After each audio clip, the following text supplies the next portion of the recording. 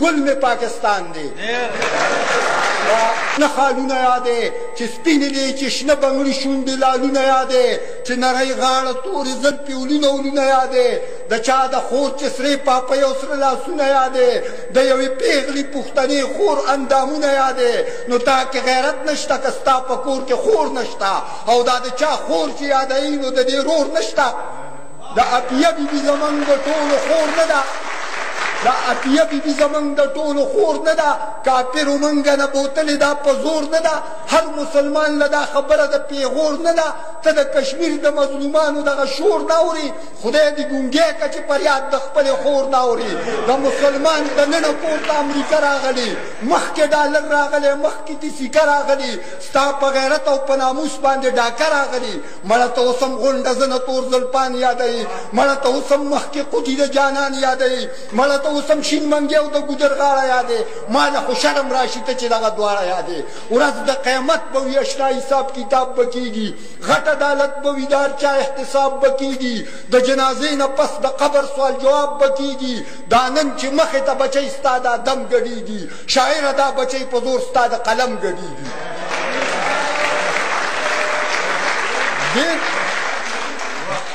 دې ته به هم د خوږ ادب یوه ایسه وایي ته دې ته به هم د محبت خوږه قیسه وایي ته چې یوې پیغلې پښتنې ته پتاسه وایي ته تا دا ادب لاره کې دا لویه غلطي وکړله د یوې پیغلې پښتنې دې بېعزتي وکړله مسلمانان داسې خبرې ته غیرت نه وایي د پښتنې پیغلې ګډا ته ثقافت نه وایي ارام دولت ته خلک فضل د قدرت نه وایي ته یو ادیب یو فلمونو لګانې جوړې ته د بربنډو جنکو سیارانې جوړې په دې ګناه کې اوس ستا د برابر حصه په فحاشۍ کې به درکوي درله د سره حصه شاعره ستا به پکې وي د ټولو غوره حصه دې نوي نسل له نن ته د زهرو ستنه وخي د فحاشۍ بل شوي اور ته چې لمنه وخي د دین رڼا راوله کور کې خوشحالي راوله په مسلمان کې اتفاق او ورورولي راوله جذبه په قوم کې د خالد بن ولي راوله د اسلامي نظام دپاره خپل قلم پورته کا د خپل قلم په زور شاعره ټول علم پورته کا چې د شرابو د جام او د پیلۍ صفت کې چې د مشر اوباما د سویلۍ صفت کې مال افسوس راشي چې ته د ملالۍ صفت کې په سترګو ړوند شي او موټر دې په سینه وخوځه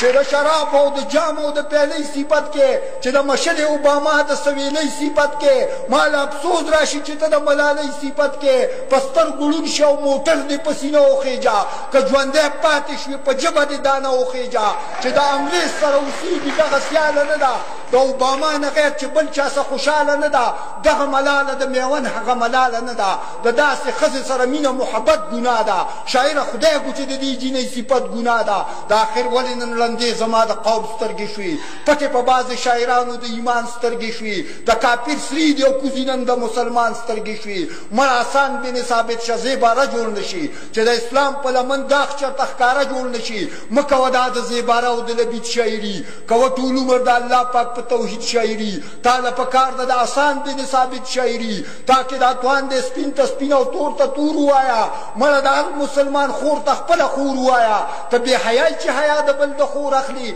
دا په کوڅه کې به کوکۍ چې ترې په زور اخلي که چا ستا خور له ګوتې وړلي بیا به اور اخلي دا ذات وینا د ښه شاعر په خزانو کې نشته چېرته انګلینډ ته لاړ شه دا په پښتنو کې نشته ستا شاعري د اورېدو قابله پاتې نه شوه پله کې دا د اوسېدو قابله پاتې نه شوه په کور کې دا د غږېدو قابله پاتې نه شوه د غیرت سا د پښتنو نه په خطو وینمه زه چې دا نوې نوې ګانې د پښتو وینمه د نوي نسل تباهۍ له چې اوزار راغی ټیوي خو پرېږده انټرنېټ راغی ویسیار راغی څه چې کوي هغه کوه تاله اختیار راغی د اسلامي نظام دپاره ترانې جوړې کا دا تا ته څوک وایي چې فلمونو لګانې جوړې کا تا ته الله پاک تلامیز الرحمن وایي تاسو زما خبره نه ده دا قرآن وایي جانان هغه دی چې درود پې پاک سبحان وایي یا خو اقبال شه یا ملنګ عبدالرحمن جوړ شه بس که عاشق په محمد اخر زمان جوړ شه او چې کلب یادی نو مدینه منوره یاده کا د الله کور د حرم دنګه مناره یاده کا د احد غر د اصحابو مقبره یاده کا